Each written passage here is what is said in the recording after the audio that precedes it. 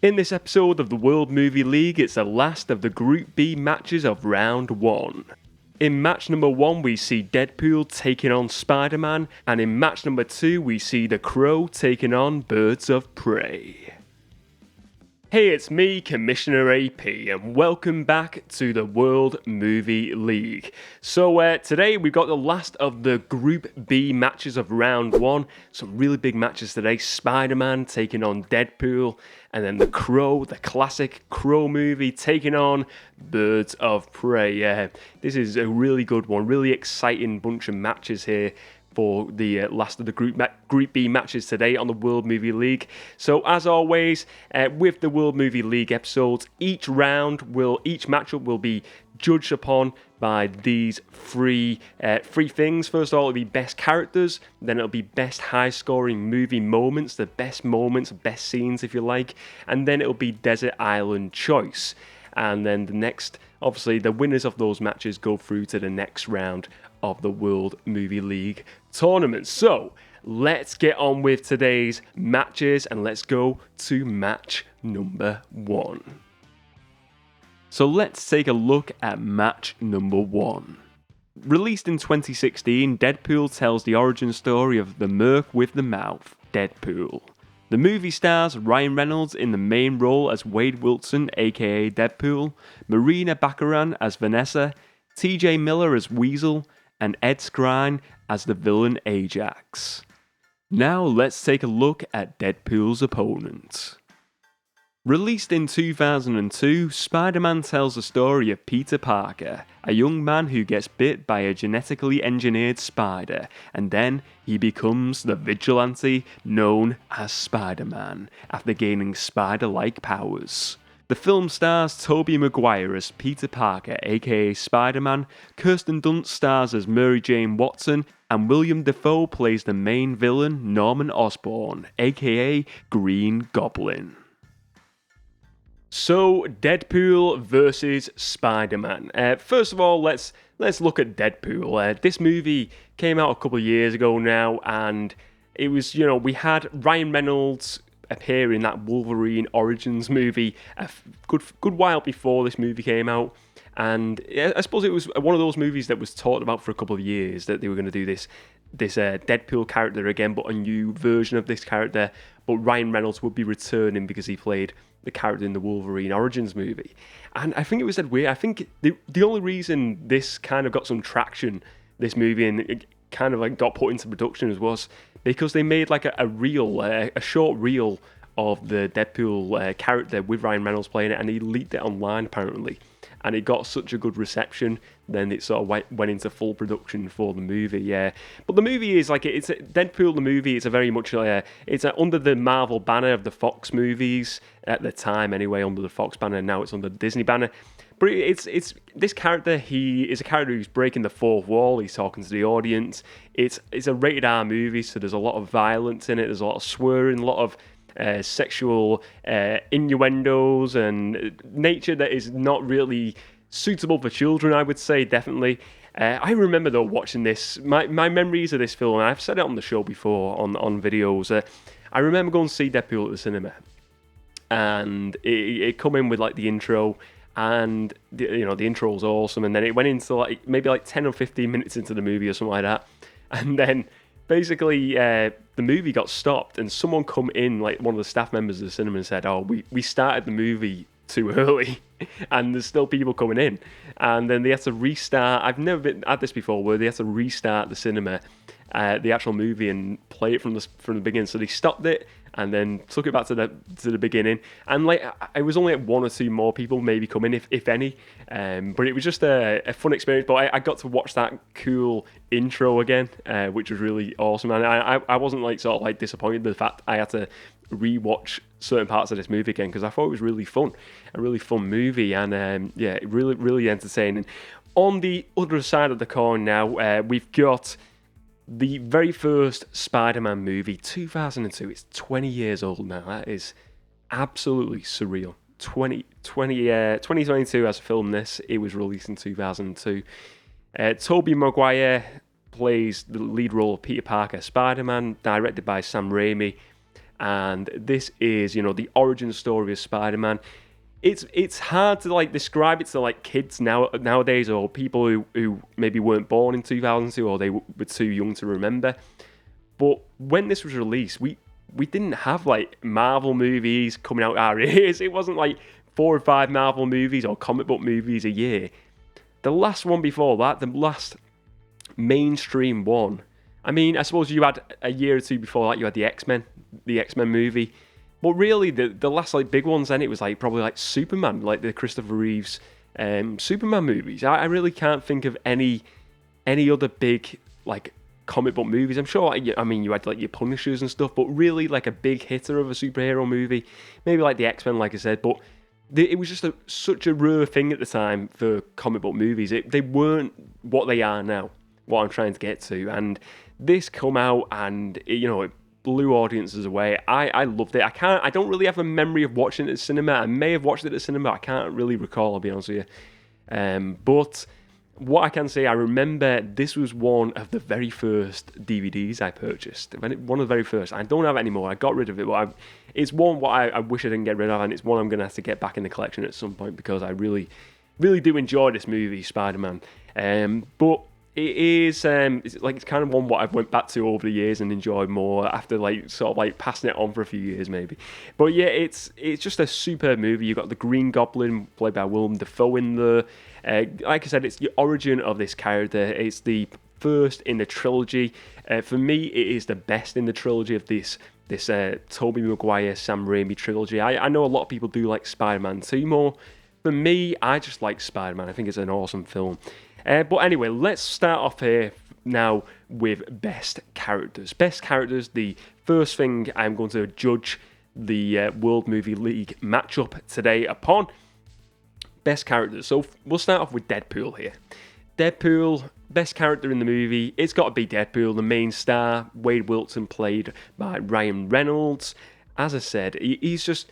Ryan Reynolds, in a lot of movies, he kind of is just playing himself. I think a lot of movie stars like that. The Rock, he feels like he's himself. He's always himself. Nicolas Cage is very much like that.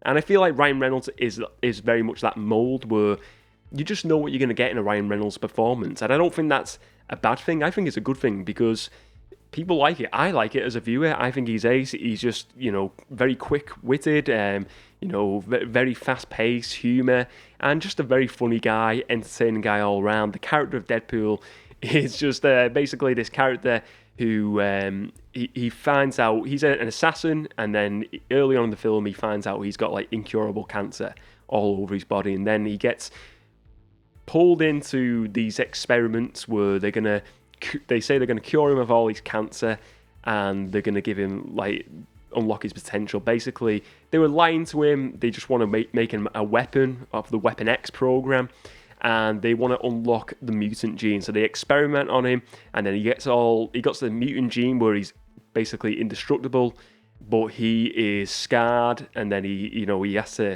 can't go to see the woman he loves. He doesn't want her to see him as he is, and he just wants to get revenge then. But yeah, it's just, for me, the best thing about this guy is just his humour. The humour in this, it's throughout the movie, it's just joke after joke. He's just very funny. I love the violence of the character. I think it works well within this. You couldn't have any other Marvel character act the way this guy does, where he's super humorous one moment, and then he's just like going on a crazy killing spree another moment. It works really well. I think he's the best character in this movie, Wade Wilson, aka Deadpool. Next up, and also the suit. Let me just say, the suit of Deadpool is cool. Very, very cool. Let's move on to Spider-Man now. Spider-Man, the movie Spider-Man, which character is my favourite? Now, you'd think Spider-Man, your favourite character is going to be Spider-Man, but as good as Tobey Maguire is as Spider-Man in this movie, as Peter Parker, there is someone else who rises above, for me anyway, and I think probably for a lot of people, and that is Willem Dafoe as Norman Osborn, aka the Green Goblin in this movie. Absolutely phenomenal villainous performance. Basically in the story, Norman Osborn, he is like the leader, one of the leaders of Oscorp, and basically they're trying to get a new drug passed through early, and It's not. It shouldn't be going to trials as of yet, and he decides to be the experimental pig of the experiment, and he gets like the injection for this performance enhancer. It all goes wrong, and he develops this like psychopathic alternative ego, the Green Goblin, and he, back to formula. That's what when he kills his lab partner. And what is so great about him in this movie though is the fact that Willem Dafoe's performance, and if you've seen it in a recent movie that the same character was featured in, you'll know how good he is in that one as well. But in this movie, his performance is special because he kind of like Norman Osborn and the Green Goblin are kind of two characters. You see him in certain scenes where he is talking to himself, but he's him as Norman Osborn speaking to the Green Goblin, and he goes from like this very like calming, sort of a bit worry voice of Norman Osborn, and you hear the Green Goblin talking to him, whether he's looking in a mirror or he's looking at the mask, and you hear this like Joker-esque type voice of the Green Goblin and his more sinister voice, and you see him, his facial expressions, he's got it all. He's super performance, and it's kind of, when you see the mask on the Green Goblin and you see the voice, I don't think you get the full sort of like shine of William Dafoe's acting in this. And when the mask is off, you really do see the fantastic performance of him doing Norman Osborn and the Green Goblin together. He's such a great performance, a super villain. So which one is the best character? Is it Deadpool, Wade Wilson, or the Green Goblin, Norman Osborn? For me, it's got to go to Willem Dafoe's performance as Green Goblin. The Green Goblin, aka Norman Osborn. I just think it's a super villainous performance. I think over the past 20 years, I think this really goes out there as one of the best comic book movie characters, movie villains especially anyway. I think it's phenomenal, absolutely phenomenal. Now, let's move on to best movie high scoring moment. And we move on. I've got two particular ones. I'm going to start this time off with Spider-Man. First of all, Spider-Man, the best high scoring moment, a scene, a moment in the movie that you really enjoy, one I really enjoy, is the end battle scene between Spider-Man and the Green Goblin. It is fantastic, absolutely fantastic, just an unbelievable 10 out of 10 scene. We see moments before this, basically, Norman Osborn finds out who is behind the mask of Spider-Man. He finds out that Peter Parker is Spider-Man, and he takes MJ captive, and then we get a really great scene where Spider-Man's got to rescue MJ from the Green Goblin on the bridge, and then you've got like this cable car in the process of falling down. He's got to rescue him, but then it leads on to the scene what I want to talk about, and it is the end battle scene. It goes into this abandoned warehouse, and we see basically the Green Goblin throws Spider-Man into this building, and then he comes landing in on his glider, and he's just absolutely laying it into Spider-Man. He's just beating him to... It looks like he's going to die at this point. He's winning the battle, the Green Goblin. Spider-Man has got nothing in him. He's just flat out here on the floor. And then you see Green Goblin about to finish him off, and he teases Spider-Man saying that, after this he's going to go after MJ, and he's going to have a party with MJ, he's going to like destroy her. And then that's where it clicks for Spider-Man, for Peter, that he's got to win this battle. He's got to fight the Green Goblin. He can't give up here because MJ's life is on the line. That's who he cares about the most. And he just starts fighting the Green Goblin. He starts winning the battle.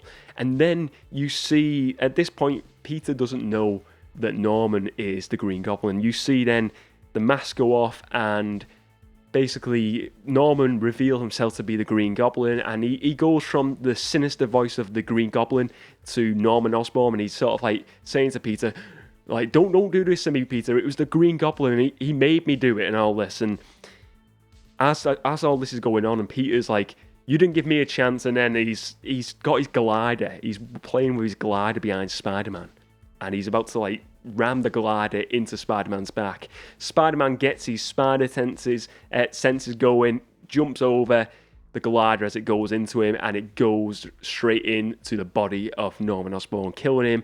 And then he says at the end, his last line is, "Don't tell Harry." Don't tell Harry, his son, who is Peter's best friend, about obviously that he is the Green Goblin.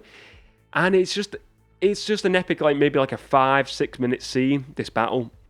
But what's great about it for me is just it's got these great fight scenes in it, like this great choreography of fighting, but it's also got some really great character work in there with Norman Osborn, with Willem Dafoe and Peter, and you see this relationship, this really weird relationship that has spun through this movie, all come into a big collision, and you see the big reveals of them revealing themselves to each other, and it's such a great scene. Let's move over now to Deadpool. The scene I want to represent, the best movie high scoring moment for this one, is the maximum effort car fight scene. So basically, this is early on in the movie, where basically Deadpool is introducing himself to the audience, breaking the fourth wall, and then he jumps down from this bridge into these like cars, and then these are the villains of the piece, all the villains' bodyguards, and he's just fighting these cars, fighting these villains in this car, and they're all shooting at him from the other cars, and you see just this epic high fast-paced scene with some really cool music in the background where he's just fighting in the car, and it's just so well done. The music is great as well. I'll talk about the music. The Tom Hulkenberg Junkie XL soundtrack in the first movie is great. You've got a very much a Michael Jackson Beat It style of synthesizer. I think it is the actual synthesizer that he used in Beat It. I remember watching a video on this where it's just like that down. I'm not doing it justice. Listen to the soundtrack. But it's amazing. It's just the music's so synthesized and high paced, and you've got this really cool action scene going in this really tight car, and it all sort of like comes to an end where it shows like the first intro scene of the movie, and then it sort of tells the story of Deadpool. But I think it's a really great scene. But only one can win in best movie high scoring moment. Will it be the maximum effort car fight of Deadpool, or will it be Spider-Man the end fight? For me, it is the end battle in Spider-Man. It wins 2-2. Now, obviously, this is the movie. Spider-Man's going to be going through to the next round. But I think that end fight is just amazing. I think it's just one of the best movie fights in comic book history. I think it is great. If you are unaware of this fight, you've never seen this movie, go and check it out. You will be amazed by how good that end battle is. It is superb. Great character work, great storytelling. So now we obviously, like I said, I know Spider-Man is going through to the next round of the World Movie League, but I'm going to talk about my Desert Island choice. I think it's probably going to be fairly obvious from this point forward. But Desert Island choice movie, a movie I would like to, if I was on a desert island, which movie would I like to watch over and over again as my only choice of a movie? Is it Deadpool or is it Spider-Man? It is Spider-Man. I'll say, look, I do really like Deadpool, and maybe seeing the clean sweep here of Spider-Man winning this matchup today thinks I despise Deadpool. That is really incorrect. I really like Deadpool, but it was coming up against Spider-Man, the first Spider-Man movie. And it's my Desert Island choice, the first Spider-Man movie, because it's just a really great comic book movie. It's a really good origin. I think there's some great characters in there. Tobey Maguire's great directing from Sam Raimi. Danny Elfman's soundtrack, that is just another one. The music in this, the score is magnificent. It is just one of those scores that just stands the test of time, and it's just a score that it really sounds right for the character as well. For me, it's just an epic soundtrack.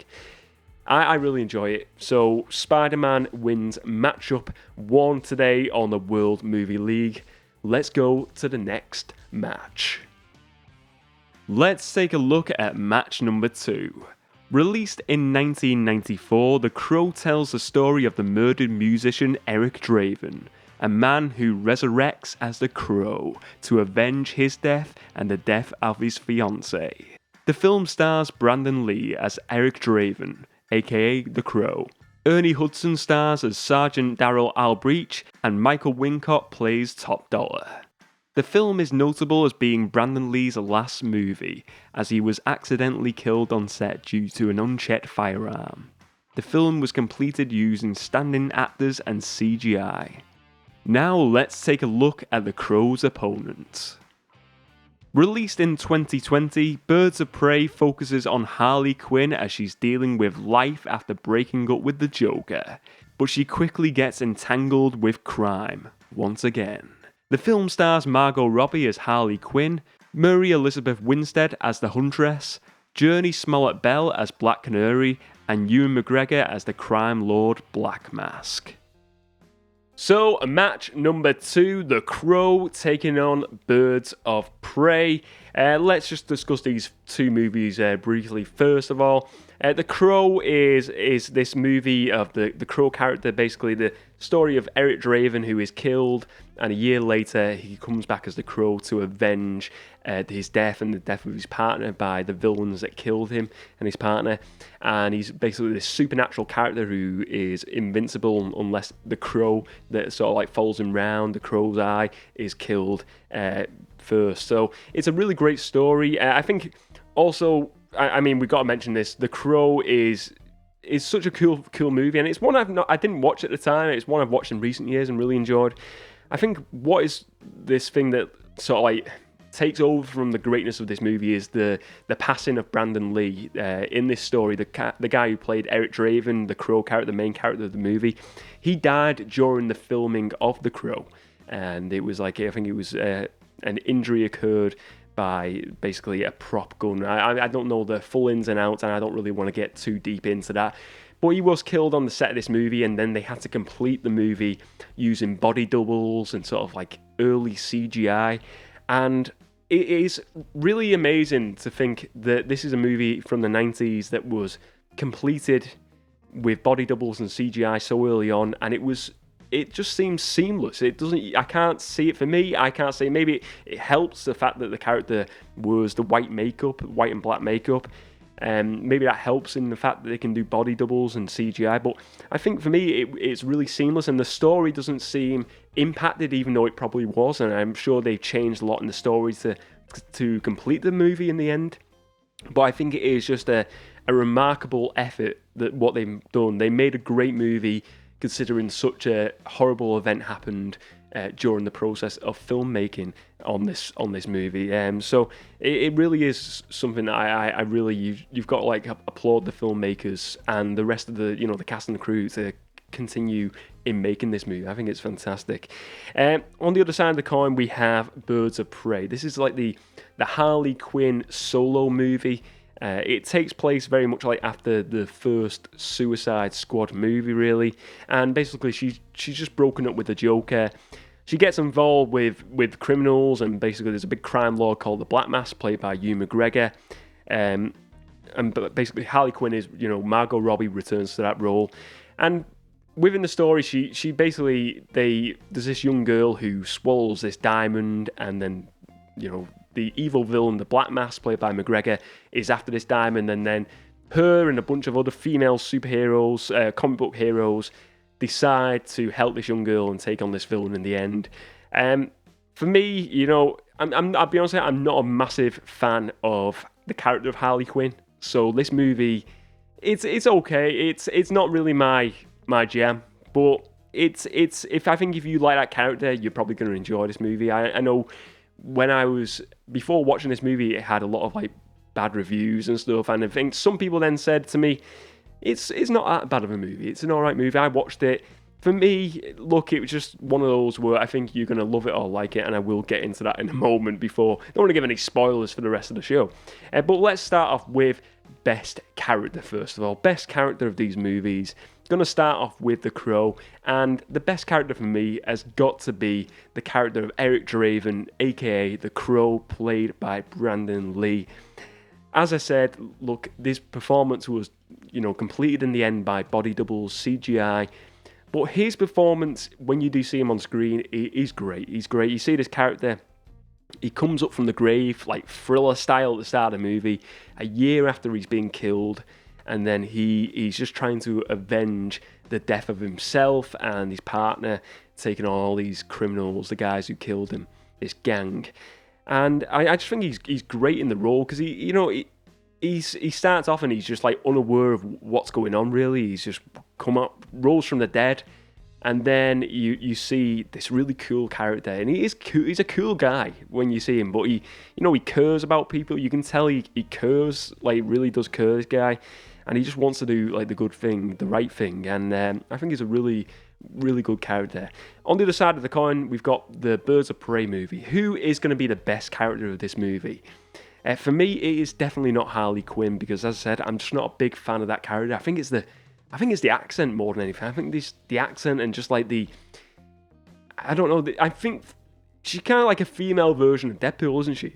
And maybe some people like that. For me, it just, because she's a character, she's like breaking the fourth wall in the comic books and the cartoons. Maybe not so much in this, but it's kind of like this Deadpoolish character, where just like over the top, committing crimes, swearing, doing really bad acts, and she's meant to be likable. But for me, she's just something just doesn't click with me with the character. Maybe it's the voice, maybe it's just this, she's too, this sidekick of the Joker, I'm just not into. It just doesn't click with me. But for me, the best character of Birds of Prey is Roman Sionis, the Black Mask, played by Ewan McGregor. I think he's a great villain, really underrated in this movie, because this movie has got a bit of like bad press and people don't like rate it highly. His performance is not really looked at as a really cool performance, but he's a really good villain. He's just kind of like this obsessive, psychopathic villain. He's just kind of like, he's always like on edge. He's like a raw nerve, this guy. And I think of one scene in particular when he's got like this nightclub he owns, and he sees this group of people. This is halfway through the movie. He sees this group of people, a few men, a few women, laughing, cracking jokes on the other side of the club, and he says to like his bodyguard, "Are they laughing at me?" And he's like, "Yeah." And he runs over to them in the club, because he's just unhinged, this guy. And he's like, "What are you laughing at?" And it's like, "Oh, it's a joke. We're just doing this joke and stuff." And he's like, he thinks they're laughing at him, and he's like, "Start dancing." He tells one of the women to stand on the table and to start dancing. And he's like, yeah. And then he says, "Oh, take your dress off. It's horrible. That dress is disgusting. Take that dress off." And she's like, "What?" And he's like, "Take it off." And he grabs a knife out, and he gives the knife to the man who's with her and says, cut her dress off. And he cuts the dress off. And he's just, like I said, he's just an unhinged villain. And it's a shame the way this movie progresses that we maybe might not see his villain again. There's, with the whole thing with like multiverses now, I suppose you could see his character return in some way. But I really do think he's a really cracking villain in this. I'd love to see maybe an origin story for that villain, or his villain feature in another movie other than this one. But yeah, I really enjoyed that. But which one is the best? Which movie delivers the best character for me? I will say it's got to go to Eric Draven, aka The Crow, played by Brandon Lee. I think it's just, even forgetting what happened, him passing during the film of this, I think it's just a great performance. A really underrated movie. The Crow, this guy with the black and white makeup on. It is superb, and Brandon Lee is great in the role. So The Crow takes 1 point so far. Let's move on to best high-scoring moment now then. Best high-scoring moment. Let's start off with, this time, with Birds of Prey, which is the moment that I think is a high-scoring moment in this movie. Well, I will say, one of the end battle scenes in like this sort of like fun house, we see this like end battle with all the different like Huntress, we see, I was going to say Poison Ivy, then Harley Quinn, the young girl, the cop character, a few, I can't remember the other characters. There's that many different characters in this, but we see them taking on this Black Maskers, all these sort of like groups, all these gangs, taking them on in this fun house, and we see the song Barracuda played by Heart in the background. When that kicks in, we just see them, just this epic fun fight scene, and it is, for me, best high scoring moments. I'll be honest with you, I would have originally said the end of this movie, because it's just not for me. It really isn't for me, this movie. But this movie has this scene which is very fun. It's a very fun fight scene, and it sticks out as this, the gem of this movie, the gem of a scene in this movie. Like I said, it's hit, you've got the song Barracuda playing in the background as well, which is a really cool song. And you just see the heroes, the Birds of Prey, just taking on these gangsters It's awesome. Let's move over now, though, to The Crow. What does The Crow have to offer? Well, I will say some great scenes throughout The Crow. Which one is my favourite? Well, I will say this: the transformation scene of Eric Draven. He's just come back from the dead, and he goes to the apartment where he was killed in a year ago, and he's getting these like memories of the past of him and his partner, and it's just breaking him up, and then you see him then transform into the Crow character. So he's woke up, he's not got any makeup on, and then he goes and puts like these. He was a guy in a band, so he's obviously used to putting like makeup on, like eyeliner, and he puts this face makeup on, and it's like this white and black makeup. If anyone is a wrestling fan, you will know the character of Sting, who wears the black and white makeup in WCW. Now he's in AEW as well. He was in WWE and TNA as well. But he had the black and white makeup, and his character was based on the character of the Crow. I'm a big wrestling fan, and big fan of Sting. I never knew back in the day that the character was based on this movie The Crow, and I thought the movie The Crow was kind of based on Sting. I never really understood what was like that. It was the other way around, and it is such a successful character, the character of the wrestler Sting. But it was based on this movie character, and the look of the Crow is awesome. He's got like it's all black suit, black shirt at the start, and he gets like a black jacket throughout the movie. He's got black, long, flowing hair, like a rock star. He's like a Freddie Mercury, early Freddie Mercury, and he's got this black and white makeup on. And you see that transformation scene. It is set to the music of The Cure. I thought it was. I was watching it the other day. I was thinking that sounds like The Cure, and I looked before, and it was. It's the song is called "Burn," and it's The Cure singing that song. And it's only like a minute scene, but you see this transformation, and you see him like a long shot from the window, zooming out of him just looking out the window. Then, which is a superb shot. Well directed movie. I think the director of this was the director of the movie Dark City as well. And you can see that in the landscapes of the city, and especially from this long shot at the end of the scene. Really good settings, and the locations, the sets are great. But I really think it's a really, really cool seeing the transformation into that Crow character for the first time. But which one is the best high scoring moment? I will say, for me, is it either the transformation scene or the funhouse scene from Birds of Prey? I gotta give it to Birds of Prey. I'll be honest here. I do like that scene. I think it is a really great scene in a really bad movie. I think it's a really cool scene. And yeah, so we go into the last part of matchup 1 with a tie so far. So it is winner takes all now. So, Desert Island choice. The Crow versus Birds of Prey. Which movie would I like to take on a desert island with me for the rest of time? Look, The Crow is a great movie. Just a great movie, and like I said, the events around the movie just make me adore that movie even more, because I think it's just so much effort went into it, and it's just a great story. Birds of Prey, it is for me just not a movie for me. I'm not going to take a dump on it, even though I probably already have took a dump on it through this show today. It's just not a movie for me. It's kind of like Iron Man 3. Not for me. I don't think there's anything worthwhile. Apart from that, like I said, I think Roman, the Black Mass, Ewan McGregor, I think he has some really good scenes, and that funhouse scene are great. But for me, I've got to say, if I'm going to go on a desert island, the one I would want to take, the one that wouldn't drive me crazy, would be The Crow. The Crow wins the desert island choice and goes through to the next round of the World Movie League, beating Birds of Prey.